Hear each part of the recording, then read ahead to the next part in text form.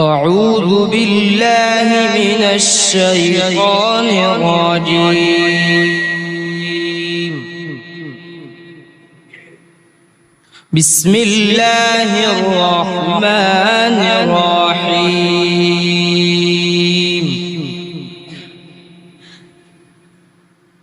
فلما ذهبوا به وأجمعوا أن يجعلوه في غيابة الجب وأوحينا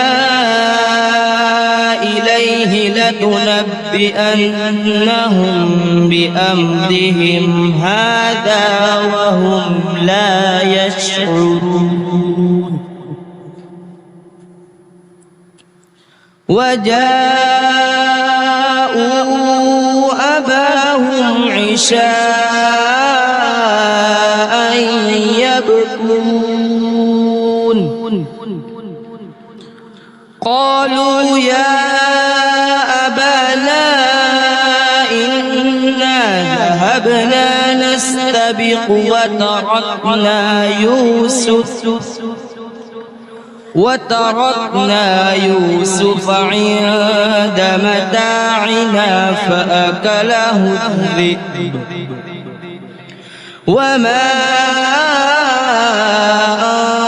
أنت بمؤمن لنا ولو كنا صادقين. وجاءوا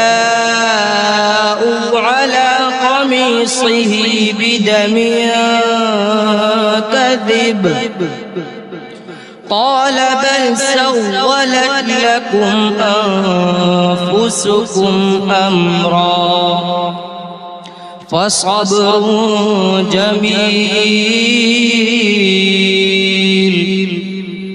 والله المستعان على ما تصفون. وجاءت سيارة فأرسلوا واردهم فأدلى دلوه قال يا بشرى هذا غلام وأسروه بضاعة والله عليم بما يعملون. وشروه بثمن بخس دراهم معدودة وكانوا فيه من الزاهدين. صدق الله العظيم.